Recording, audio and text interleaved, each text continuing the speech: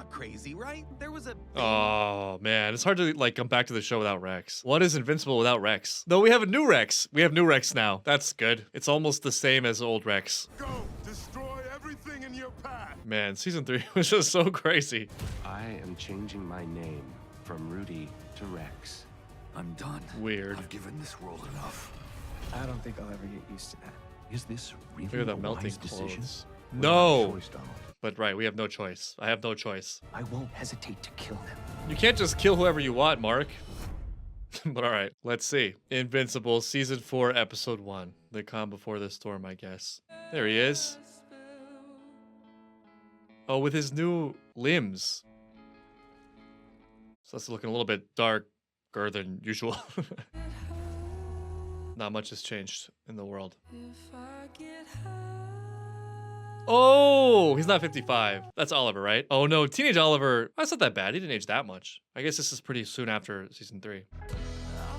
I'm so happy where Oliver is going or has gone so far. There was a moment there where it was a little bit scary, you know? He's a good kid. I don't know what we're doing, but I know that we have no choice. He's getting so dispassionate about it.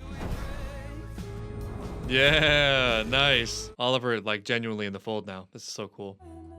Oh my coffee. It's amazing. You can kill this thing. I mean, maybe not. It's probably human, right? This is a very interesting opening because it's action-packed, but somber. It doesn't feel like great. We've been through a lot. I mean, we've been through a whole lot. It's kind of amazing that Mark is still sane, or that anyone is, really. I mean, it would be so easy to give up and despair, right? Like, what's the point? Why even build this up again? But you gotta believe it's going somewhere, right?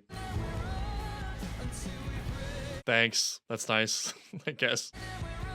Wait, who's that again? Oh, it really does hurt without Rex. There's one maybe silver lining that comes out of this, right? The whole conquest thing. You wish it didn't happen because of how terrible it was, but it hopefully does put things in perspective, right? We're on the same team. If we're not on the same team, then it's probably not the right game. In the most important game, we gotta be on the same team. That's team humanity. We actually believe in something and want things to be good for other people.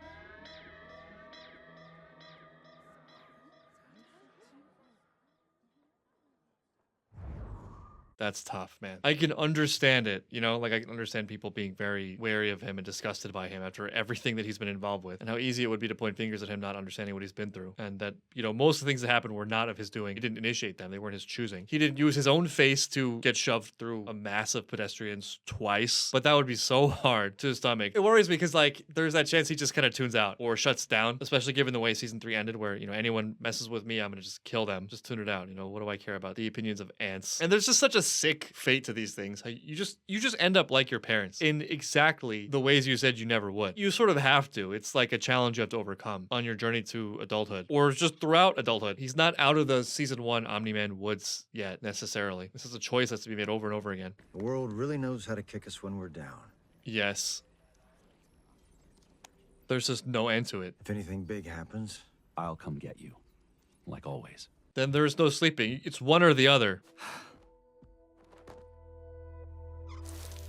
It's just like employment, you know, it's just, he goes to work and then he comes home and it stays with him and he can't quite like shake it off, you know? He looks older. Oh God, yeah. Can't wash that off, can you? And it's not like one, you know, he's had so many at this point. Eat your dinner, Mark. The man needs his dinner. Oh man, that's tough. Yeah, this is the eternal problem for Superman-like characters. Hey. Sup? Oh, he's a teenager now. It's teenager Oliver. Someone spotted Furnace downtown. Teen We gotta Oliver. go stop him before he set something on fire. You do it. I just got home. Yeah, so did I. Oliver used to be like chomping at the bit for this. Look at him now. It's bad out there, Oliver. And a lot of heroes are gone. I know.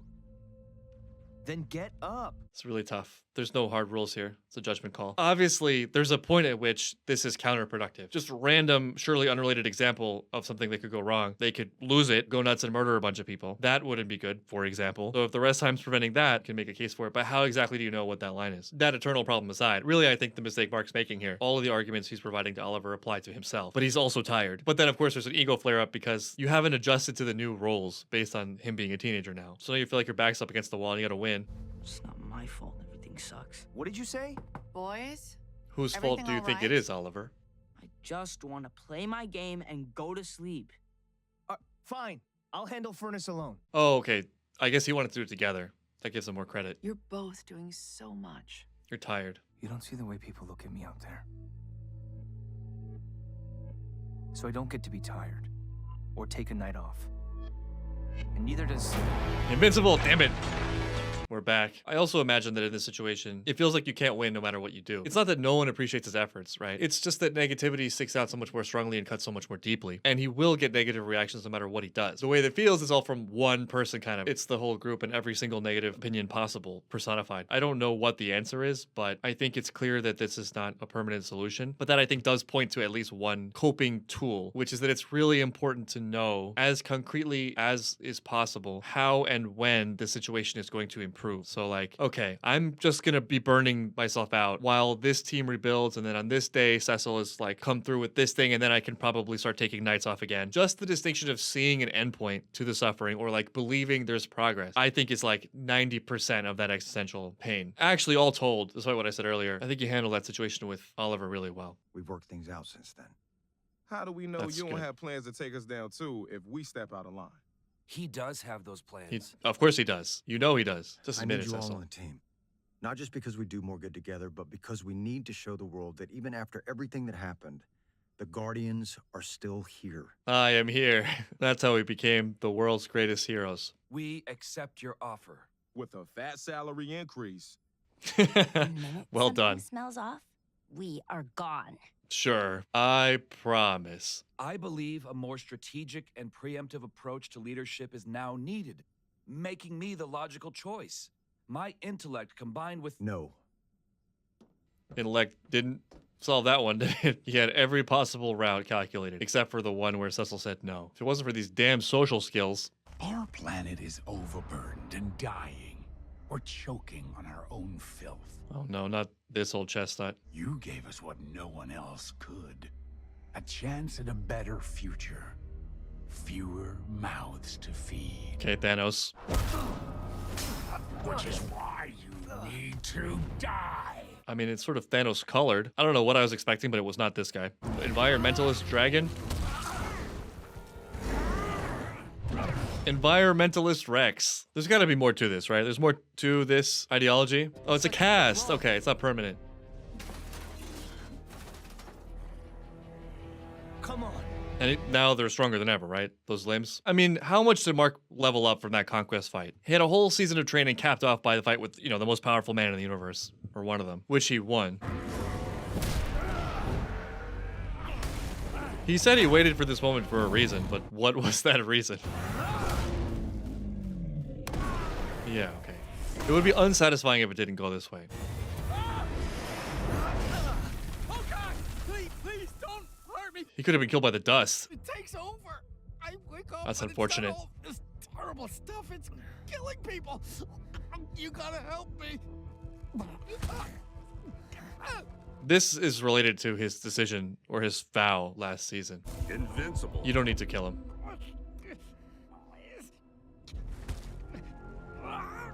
I don't think he really wants to. I think that's reassuring. I think Mark genuinely in his heart of hearts is really kind. Even kind people have the capacity for terrible things, but I think that in Mark's case, basically all the things we've seen from him aren't some extension of this natural cruelty he has or this long-held desire to inflict pain on people, which some characters have, and more he's just pushed way beyond the limits of what he's capable of tolerating to the point where he's emotionally compromised. This guy turns into a dinosaur with some stupid ideas about saving the planet. Well said. That was an apt summary. The whole Thanos thing is, I think, one of the more ridiculous villain motivations out there, which is not totally made up. I think there is some space to re-examine how we feel about humanity and what our priorities are. You know, generally speaking, I think it's a good thing that there are more humans because I think humanity is good. I don't think that humanity is a plague. That's not to say that humans aren't capable of truly disgusting things, but the ways in which something you love is failing are not the avenues by which you give up on the thing. Those are the avenues by which you have like a greater responsibility to amend or at the very least not perpetuate those things. So, for example, not like wishing for the death of humans. I'm not even sure I understand his thing. Like, it's even weirder than normal. It's not killing humans to save the planet. It's killing humans to save more humans, which just makes absolutely no sense unless there's more to it. I don't think that there's like this great outpouring of hatred for humanity necessarily, but I think there are some ideas that get repeated that if you examine them a little bit more deeply, there is kind of a misanthropic core to it. For example, negative sentiments about having kids or people who have kids, thinking that overpopulation is itself bad. Like, I can understand the argument that overpopulation is bad because because that potentially creates a worse situation for humanity and leads to death somewhere down the line. But I don't even think that's really the argument you often hear. I think it's like overpopulation is bad because it hurts the planet and we care about the planet more than humans. Like we're draining the planet's soul somehow or something like that. As if that isn't just a function of life itself, or, you know, it isn't coded into something even higher than life. Axiomatically, the idea of evolution and survival of the fittest in a universe of limited and diminishing resources. But yeah, we're the evil ones because we consume stuff to live. There's a judgment there, right? That like humans are less important or less beautiful or something. Mark, is everything all right? Very astute What do you question. Very astute answer. No, that's right. That's correct. It's sort of reassuring that at least he's saying that, right? Yes, it's included. Eve could do a lot of good. 24/7 Eve could do a lot of good. response. It's all We in the need Eve. contract. That's sort of unfair to like, it's a lot to put on her, but we got to keep the work talk separate though. We got to balance this out. It still feels weird taking people's money. We're not okay taking to take people's people's money, money, Mark. Mark. We're taking corporations' money. They're not real people. It's different money. If we don't know their names, they're not real people. It's funny, this just came up in free rent. It's okay to get paid for stuff, especially good stuff and important stuff. But I understand the sentiment. I think it's especially hard for people who like would do it anyway, you know, they're not doing it for financial reward. So having that in the mix is kind of weird. I just had a weird day. Yeah. Maybe we could not talk about work Well, for now. it's about to get a lot weirder. Well, that's great. This is okay. Oh, she wasn't joking. He's trying. I want to believe he's trying. He's not being hostile. The chewing is so loud. The loudest chewing. Oh, and Mr. he's going for Wilkins, it. Eve tells me you work in the furniture business. Oh, well. I lost my job after the head office got demolished. Oh, sensitive In topic. Chicago. Chicago, you say? Swing and a miss. He was You waiting for already this know chance. Since you were the wrecking ball that Right, my took them face. down. This is actually a sensitive subject for me and like We very all know your rude boyfriend's and more important than history. your job. No but- need to beat around the bush. Oh, he was waiting for this. He's so petty. In before my tax dollars. It's not a crime to look out for your daughter. He looks so happy. Look at him. Especially when her boyfriend's got a history like yours. This is not concern for his daughter. I feel These green beans are incredible, his Mrs. Wilkins. character so potent. What do you, I know him. What do you put on them? Salt. That's a lot of green beans.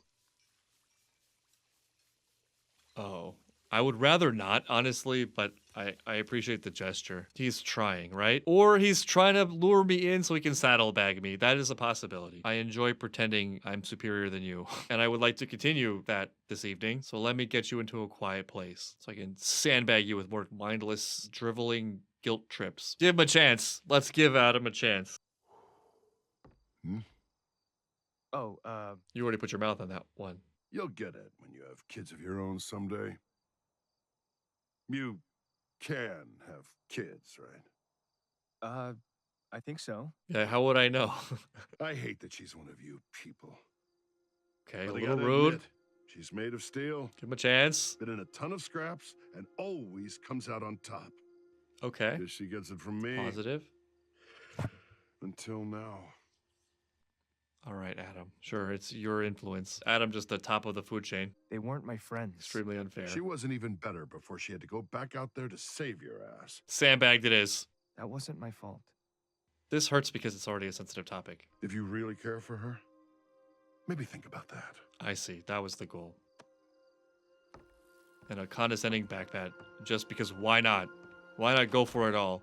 Go for the gold. Posturing, check. Bragging, check. You people, check. Unsolicited advice, everyone's favorite, check. Passive-aggressive threats, check. And then just to cap it all off with a hearty backpat. The only thing missing from that was talking about his taxes. What really sucks about this, though, putting myself in Mark's shoes, is you just want to write this off, but there's a part of it that actually is true, or at least feels true. It's a concern, you know? It just hits right in that exact zone of like, yeah, I've actually been worrying about that. Mark has been through things that Eve's dad can't possibly hope to comprehend with his level of experience. It's not a very interesting or nuanced take. He doesn't know Mark at all, but Mark feels it because it's already there. And it's so infuriating. It's so infuriating to admit that. It just is what it is. I'm happy for you.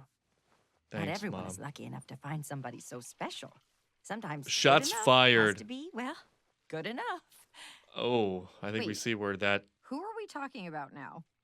Your When- father's a good provider and a good husband, even if he has a... Good enough, husband. What are you saying? Nothing. Nothing at all. I think it's Just- pretty we'll see how clear it goes with and Mark when not you're surprising. older. When I'm What? older? Wait, what? Betsy, our show's on. Why was that so threatening? He's just a walking waste cloud. It said what happened with the other me's, all the people who died, that it was good. And it wanted even more people to die because we're messing up the planet or something. Yeah, or something. Whatever. Then the Guardian showed up and took him away before anything happened. I'm not convinced he was going to do anything. If the question is like, did he have the thought or the instinct? Yes, but that's fine. I think the appropriate level of judgment is action. Or else we would all be damned, you know? It's okay to have sick thoughts. It's okay to have terrible, terrible dark urges in your most compromised moments. That's just what it means to be human. I actually think that Mark is way above average. I think what makes him look so dark is just that he's in these dark situations all the time. So it's not that people wouldn't, it's just that they're never tested the way Mark's tested. Mark is a beacon of light considering the things he's been through. Yeah, I can't keep letting people get hurt because of me. My dad is not right, Mark. He isn't right. Never right. I like that rule, yeah. Azula always lies and Adam is always wrong. I haven't seen a single rat all night. Okay, yeah, They're that's usually swarming all through here. not good. Someone's eating the rats. This also sort of mimic, like, very mimic. Oh my god, that scared the hell out of me. It's just a rat. That was not a rat. It's finally happening. It's starting. Oh god, Mark's already so tired. Looks like he's not making it home for dinner after all. Or he is, so that's worse. That's the bigger problem. They learn to mimic their greatest predator, man. This also has the potential to be worse than everything we've experienced, somehow, as amazing as it is to say. This reminds me of Harry Potter. Show me the source of all this power. You came here to steal electricity? I just need breakfast first. Yeah, that's not why I'm here. The other night, I'm sorry. Oh, he's like conditioned to dread these interactions. You and Mom can't protect me from everything. They did a great job of that so far. Come back to bed. I'm up. You know, I like to get an early start. Quite the charmer. Quite the romantic, you sly dog, you. I'm just not sure the boys should see me leaving. They know everything, you idiot. Mark and Eve? That kid should be a lot happier, let me put it that way. Want some cereal? Oh, they're already no, up. Thanks. Oh no, they sort of have him in the palm of their hands if they Why want are to. you being so weird? Yeah, here it is. Oliver. Torture. He's on his back foot. You and Mom make almost as much noise as Mark and Eve, and I never say anything. Dude. Oh no. We were just talking about you. What? Pretty good. She doesn't match anybody I've heard of. She came from another dimension or something. Asgard, probably. Change your mind about those pancakes? Definitely not. I can't wait to get out of here. I'm so uncomfortable. Oh no. Oh no. Don't touch it. Run. Now run, right? Now you run? Oh no, this is gonna spread so quickly. Oh, gross. Anyone know what the hell this is? Okay, let's get the survival instincts of a toaster. Oh no. Remember when Mark and friends struggled with like a room of these things? We might have to wake Cecil up. Can you not do this now? Raise this machine's output to its maximum capacity now. Can you leave? Your timing is not good. No, you don't understand. This plant powers half the coast. People need their TV. What do you want it for? Power for what? It's definitely not any more important than what I use it for. I'll tell you that. There's so much going on right now. Again. Read my books, Mark. Here, it's got pants and everything. Just like you Even asked. pants? Wow, pants and all. Okay, it's a look. A little bit dark. He wanted to keep the old one. Oh, I know right. it started out as Dad's thing, Right. but I fought all those Invincibles wearing it. I fought Conquest. I almost died. It's not his anymore. Oh, wow. I like this. This is cool. That's awesome. That's a strong statement and very symbolic. I think you let him roll with this. Feels like a very high level take from Oliver, where it's not glorifying it. It's sort of like taking responsibility for it and trying to reshape it into something better. This could be difficult and touchy, but like people and events are complicated and multifaceted. And like someone or something can be terrible in one way and we can still love them or love it. Or we can love some element or aspect of them, right? Like I'm sure everyone has examples of ways in which people close to us have hurt us or whatever, but it's still weirdly, often uncomfortably, it's still possible to love them. He's not glorifying it or sugarcoating it or like being dishonest. And yeah, he also has real skin in the game. Like he fought for this. I think I was saying something like that earlier, right? It's like recognizing the things that are bad and the ways we fall short, though tempting, is not an excuse to fall further. If anything, it might be the opposite. You know, it's a greater responsibility and a call to action. He's picking a difficult road, right? But it seems like he's doing so with eyes open. And so in that way, it's admirable to me. The Immortal was a fool to suggest this, craftsman. Hey, now. Oh, this is their first meeting? The Wow. Immortal sent you here because he's your friend. Ouch, that hurts. It does make my strength and power clearer. Yes. More people should know about my strength and power. I spoke prematurely. This will do. Good. Glad to hear it. He was super rough around the edges. Oliver's more than his father's son. If he can pick his own battles, he can pick his own costume. Wow, thanks for the support, Debbie. That means a lot. And I think that's correctly identifying what's happening there. We should all behold Oliver's strength and power of character. This is way out there, but I think there's something really beautiful about how there's this interplay between things that are just so much bigger than us, things that we don't control, things that we just have to submit to, and our agency and our individuality and our personal touches. Very general example is we're born into the world and we didn't create the world. We can't control the laws of physics or the circumstances of our birth. We can't control life. We can't control other people, but we can control ourselves and we get to navigate that using our own freedom of expression and interpretation. And I think this also applies to personal conduct and values. The subjective view doesn't feel sufficient to me that everything is right. You know, if I think it's right or feel it's right, that somehow goodness and values, they stem from me and my opinion, right? They only really work if they are something that is beyond me, that I'm trying to understand and align myself with. They wouldn't really work as codes or rules if they answer to my whim, right? But at the same time, I'm free and I have to choose to follow them, and I have to sort of interpret what the best way to do that at any given moment is. And I think it's a really beautiful system, and you know, I don't think we would want it any other way. Why does this come to mind for Oliver? Well, like, you can't choose your parents, right? And you can't choose your history, and you can change only but so much of the circumstances of where you are, but there's so much more to it. There's so much more happening. You can take all of that and you can do your best with it, and you can harness it into something that actually feels good and meaningful to you, whatever those circumstances are, in the best way that you know how. And how much did that mean to Oliver too, hearing Debbie say that, you know? That vote of confidence. What a beautiful moment. Don't let me down, Oliver. Please don't turn into Omni-Man and make me put my foot in my mouth. Why are you here? Do we need this right now? You can have it. Just take it and leave. It's a bit hasty. Just right to the punching. That's Mark. My people are dying without this energy. Yeah, but you're killing these people to get it. How does that make sense? Right. Like,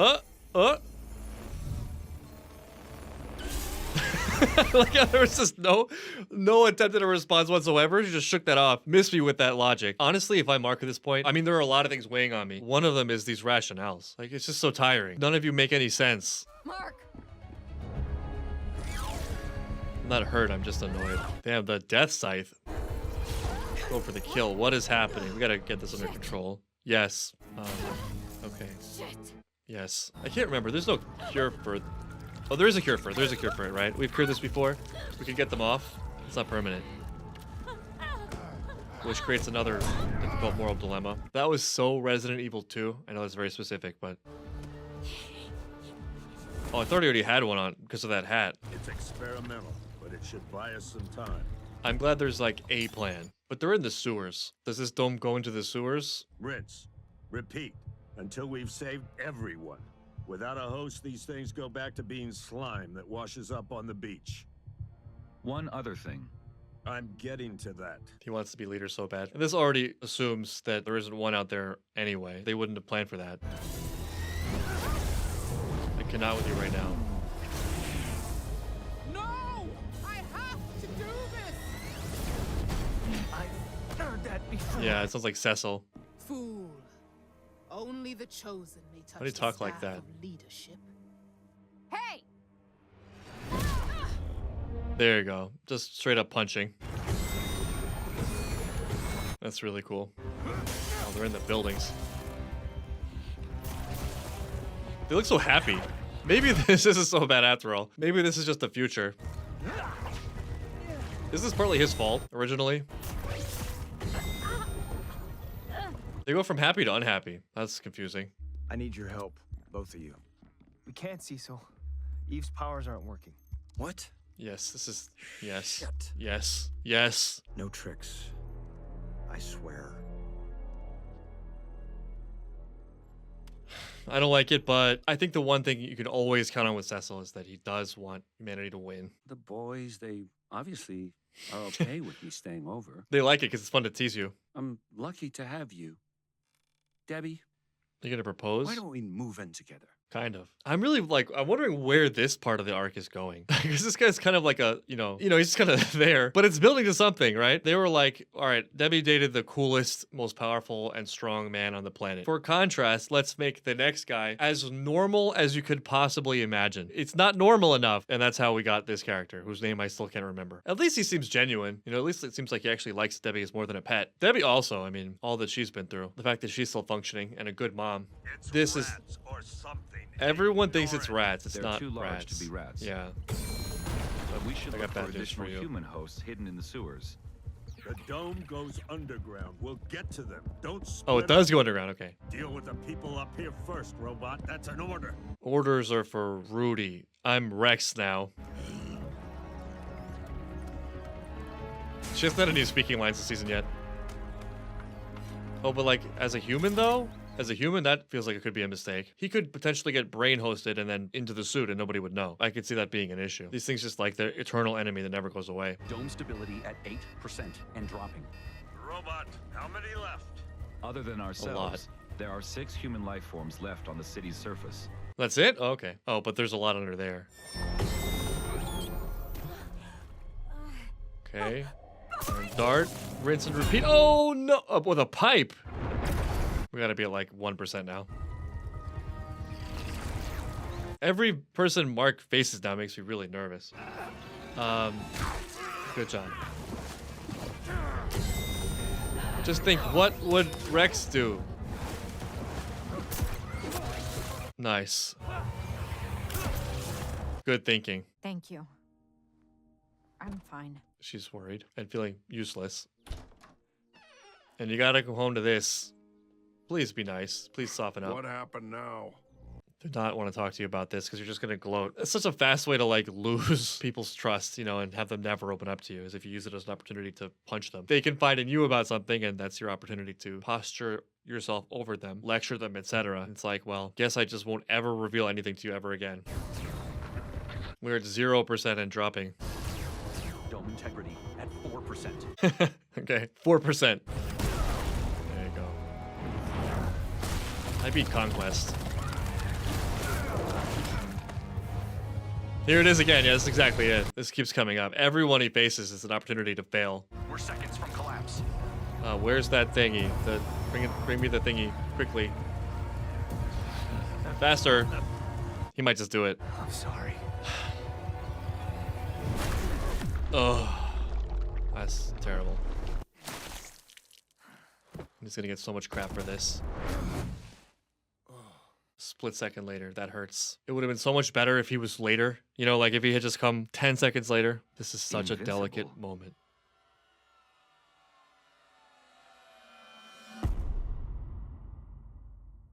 I don't know if that was the character damning moment it is meant to be. I don't think that was him losing to being emotionally compromised. In fact, I think if anything, him being emotionally compromised was in the other direction of like, man, I really don't want to do this. And it's not like he's just murdering an innocent human. There's an alien in there that is threatening to kill the entire planet. It hurts me to watch this for Mark because he's already just eating so much crap and he's exhausted and he's been through so much and he's just going to get more of that now. He's going to get more bad press and be compared to his father. And like I said, those voices just have a way of being extra loud somehow. And my heart also goes out to him because even though I don't think people would really think about this, this is going to haunt him. Oh, Debbie's drinking. Right? Oh, Cecil's drinking. Sir? Again? Oh my god. The fallout of this. When Mark finds this one out. The boy left me alive. What a weakling. Oops. How are you doing, Conquest? How are you? Oh no, yeah, you messed up. You messed up big time. You done goofed, Cecil. Yes. Yes. A lot of that this episode. Big yikes. Mistakes were made. This was a very interesting episode. For me, there's a very, very clear tone emerging from it. Set right from the very beginning. Where like, Man, this is rough, actually. This show has always done a great job sort of balancing the lightness with the darker events, but just here it feels like everyone's exhausted, which makes complete sense. There's no room to catch a breath, and that's sort of reflected in the directorial style and the storyline. There is no time for levity. There's no relaxing. And, you know, also Rex is gone. Real Rex, so that one stings. When it comes to Mark, I actually think this is a little bit more encouraging than I anticipated. You know, that vow he had at the end of last season, it doesn't feel to me like he's suspending his reasoning and moral conscience. It actually seems like he's very tightly connected to whatever this is, and his struggles feel less spiritual or ideological and more just circumstantial. It's just a never-ending series of impossible choices, like what just happened. Is it the best choice? Is it the ideal choice? No. Is it a heroic choice? No. Is it like something that I'm going to condemn Mark's character and soul for? No. There were a couple moments in this episode where I expected him to do much worse, and he didn't. In fact, he always showed a great reluctance in doing anything that crossed that line. Even something as small as the way he spoke to Oliver, right? Like I was anticipating him kind of going on an ego trip and blowing up, but no, he just was like, okay, Oliver, I'll do it. Kind of yielding to his younger brother, which like maybe is one of the most impressive things from Mark this episode. Speaking of which, I love the way Oliver's turning out. I really like where Debbie's fallen on Oliver. And like I said, I think that though this might be very fleeting, through the somberness and through some of the bleakness here and the fatigue, it does feel a little bit more clear that at least we're on the same team for now.